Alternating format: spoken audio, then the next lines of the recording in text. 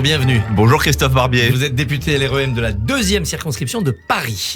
Hier, on a appris le nom de la maison commune, Ensemble Citoyen, ainsi elle devrait s'appeler. Elle regroupe les formations soutenant Emmanuel Macron.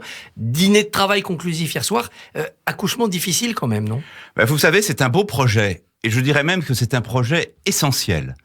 Essentiel pour la réélection d'Emmanuel Macron, essentiel pour les élections législatives, et notamment pour se doter d'un mode de fonctionnement pour les investitures, qui est un sujet toujours un peu délicat, et alors surtout essentiel pour la réussite du second mandat d'Emmanuel Macron.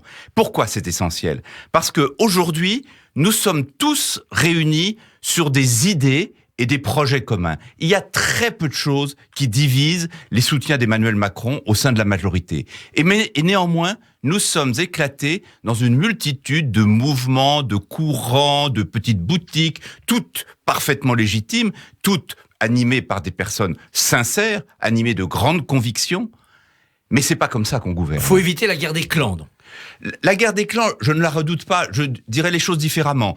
Nous devons absolument incarner par un mouvement commun la communauté de pensée, d'idées que nous avons autour d'Emmanuel Macron. Et donc investir des candidats aux législatives, un candidat par circonscription pour éviter la division. Évidemment. Ça veut dire peut-être que des sortants LREM ne sont pas reconduits. Écoutez, ça va être difficile. Nous n'en sommes pas là. Je vous rappelle que le président de la République n'est pas encore candidat. Donc fonctionnant par étapes, attendons qu'il le soit. C'est un secret de polichinelle, mais enfin, attendons qu'il le soit. Et puis ensuite, faisons en sorte qu'il soit réélu. Je pense qu'il a de bonnes chances de l'être, mais aucune élection n'est gagnée d'avance. Et puis, on s'occupe en même temps des législatives. Mais là où je vous rejoins, évidemment, oui, un label majorité présidentielle partout en France, dans chaque circonscription, avec un candidat unique se réclamant du président de la République. Qui vous fait peur pour cette présidentielle ? L'extrême droite s'entre-déchire, la droite ne décolle pas, la gauche est aux abonnés absents. Ça a l'air facile pour Emmanuel Macron. Alors, la peur est mauvaise conseillère en politique. En revanche, la prudence s'impose.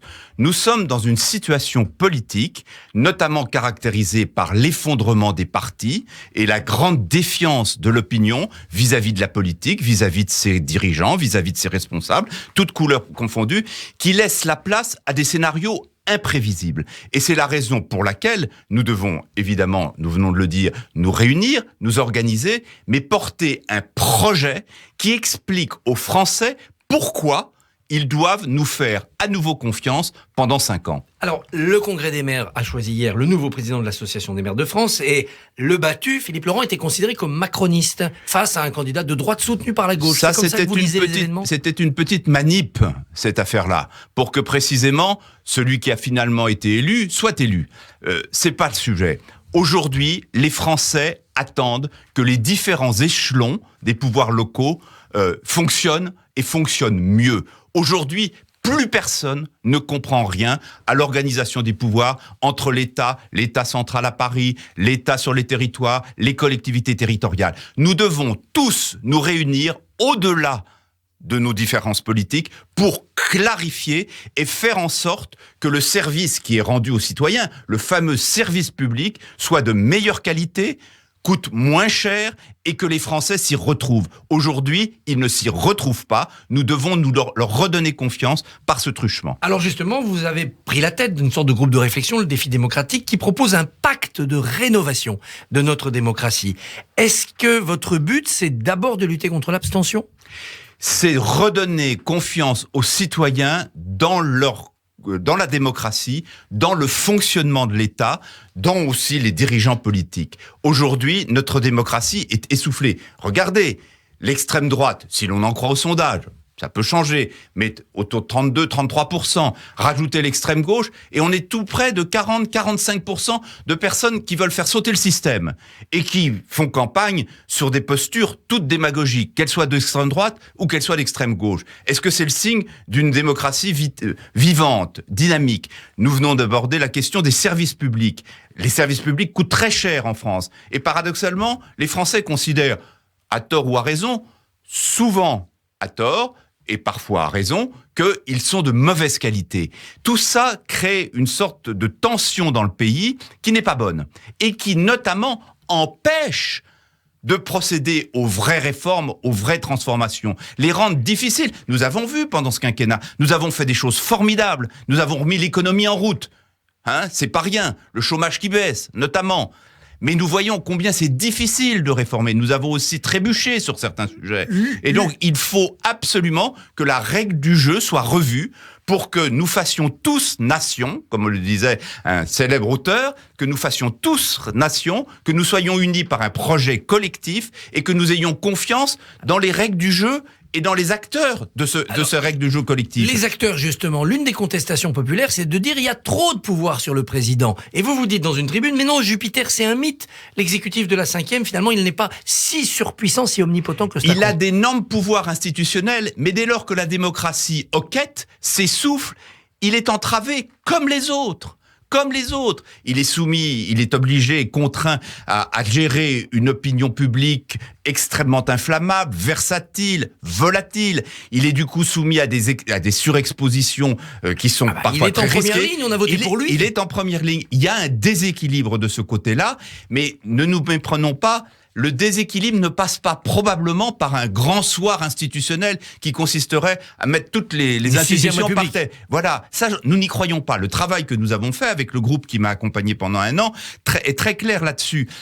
Nous proposons un pacte de refondation démocratique qui est absolument essentiel. Nous souhaitons que le président de la République, éventuellement, le reprenne à son compte. C'est sa liberté et nous verrons, mais c'est pour ça que nous avons travaillé. Mais c'est une multitude de mesures qui permettront de remettre la démocratie française sur les bons rails. C'est pas le grand soir institutionnel. Alors, par exemple, une mesure, ça serait de réduire le mandat des députés à 4 ans. Comme ça les déconnecte de l'élection du président. Ça leur redonne une autonomie. C'est une hypothèse. Vous le voyez de l'intérieur fonctionner, ce Parlement? Oui. Alors, ce qui est certain, c'est que les députés, toutes tendances confondues, travaillent beaucoup. Ça, l'idée reçue selon laquelle nous serions toujours absents de l'hémicycle, nous ferions rien, on travaille même peut-être trop pour travailler utilement, si je puis me permettre ce paradoxe.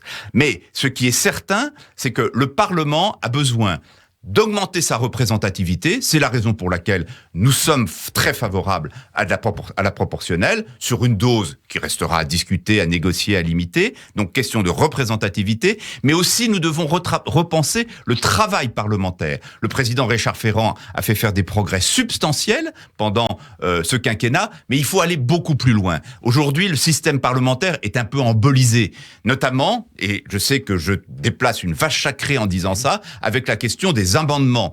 Le quinquennat a eu un triste record des amendements, du nombre d'amendements. Les amendements, c'est fondamental. C'est la voie par laquelle les députés peuvent exprimer leur accord ou leur opposition au texte qui leur est présenté par le gouvernement. Et pour l'opposition, ce droit d'amendement est crucial. Mais il fait l'objet aujourd'hui d'une sorte de dérive qui fait qu'il y en a tellement que le système est embolisé et que finalement, les vrais débats, ceux qui permettraient de montrer l'opposition forte entre la majorité et l'opposition, sont malmenés, n'ont pas lieu comme il le faudrait. Et au passage, vous transformez le Sénat en assemblée des territoires, c'est-à-dire vous lui retirez quand même du pouvoir. Non, au contraire.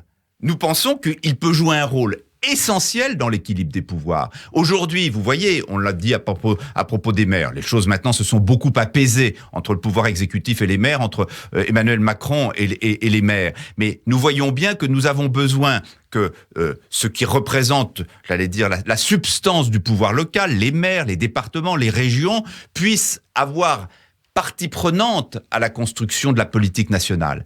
Et ça devrait être le rôle du Sénat. Et on pourrait imaginer un Sénat qui soit composé non pas de sénateurs comme ils sont élus aujourd'hui, mais de représentants des collectivités territoriales. Est-il vrai que le président songe à rétablir une partie du cumul des mandats pour que les élus locaux puissent avoir voix au chapitre? Je ne parlerai jamais au nom du président, encore moins à quelques semaines ou quelques mois de sa déclaration de candidature. Je considère qu'il faut la regarder, la mettre à l'étude. J'ajoute tout de suite, pour être absolument honnête, que c'est un des points qui divise le plus le groupe de réflexion que j'ai mené. Il y en a qui sont radicalement opposés, il y en a qui sont pour un assouplissement. Je suis favorable à cet assouplissement. Il faut le mettre à l'étude. Ça peut être lié à la taille des municipalités, puisque c'est de ça surtout qu'on parle. Ça concerne moins les départements. Personne ne pense qu'un patron de département, un patron de région puisse aussi être député. Ça n'aurait pas de sens, même dans l'organisation de son temps et de son travail. Mais pour les édiles, pour les maires, on peut imaginer qu'un maire d'une commune de 5000 habitants est capable de cumuler son mandat de maire. Ou alors, un autre membre de l'exécutif municipal, les adjoints au maire, qui aujourd'hui n'ont pas le droit d'être députés et qui n'ont pas quand même la responsabilité aussi lourde que celle d'un maire, pourraient faire ça. Quelques petits sujets d'actualité. Le fameux pronom « iel » pour les personnes qui refusent « il » ou « elle » entre dans le dictionnaire du petit Robert. Jean-Michel Blanquer s'offusque. Est-ce qu'il n'en fait pas un peu trop ?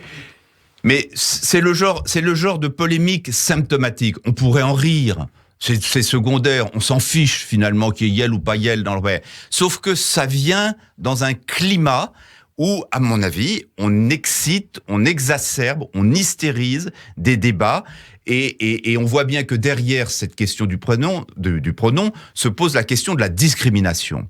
Et je pense qu'aujourd'hui, évidemment, il faut lutter contre la discrimination, toutes les discriminations, et y compris les discriminations qui touchent les LGBT, les homosexuels, les bisexuels, les trans. On a fait des progrès socialement, collectivement sur ce sujet. Est-ce que c'est vraiment en manipulant la langue qu'on arrive à lutter contre cette discrimination ? J'en suis pas franchement convaincu. Autre actualité d'hier, des arrestations contre des membres de l'ultra-droite, racistes, antisémites, après des propos échangés sur des messageries. C'est un nouveau danger terroriste peut-être derrière cette ultra-droite ? Écoutez, ça l'est, puisque vous avez vu ce qu'on a trouvé. On a trouvé des arsenals d'armes et d'explosifs. Nous, vous savez, la couleur de ceux qui veulent créer des actes violents dans le pays, je m'en fiche. Si c'est des islamistes, si c'est des extrêmes droites, si c'est des extrêmes gauches, nous devons faire preuve de la plus grande fermeté. Vous avez vu que mercredi, en Conseil des ministres, le gouvernement a dissous l'Alvarium, qui est une officine, groupuscule d'extrême droite.